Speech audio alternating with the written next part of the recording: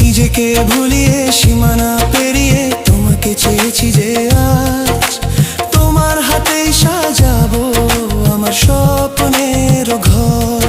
আমি তোমার প্রেমে পড়ে দুনিয়া ভুলে গেছি।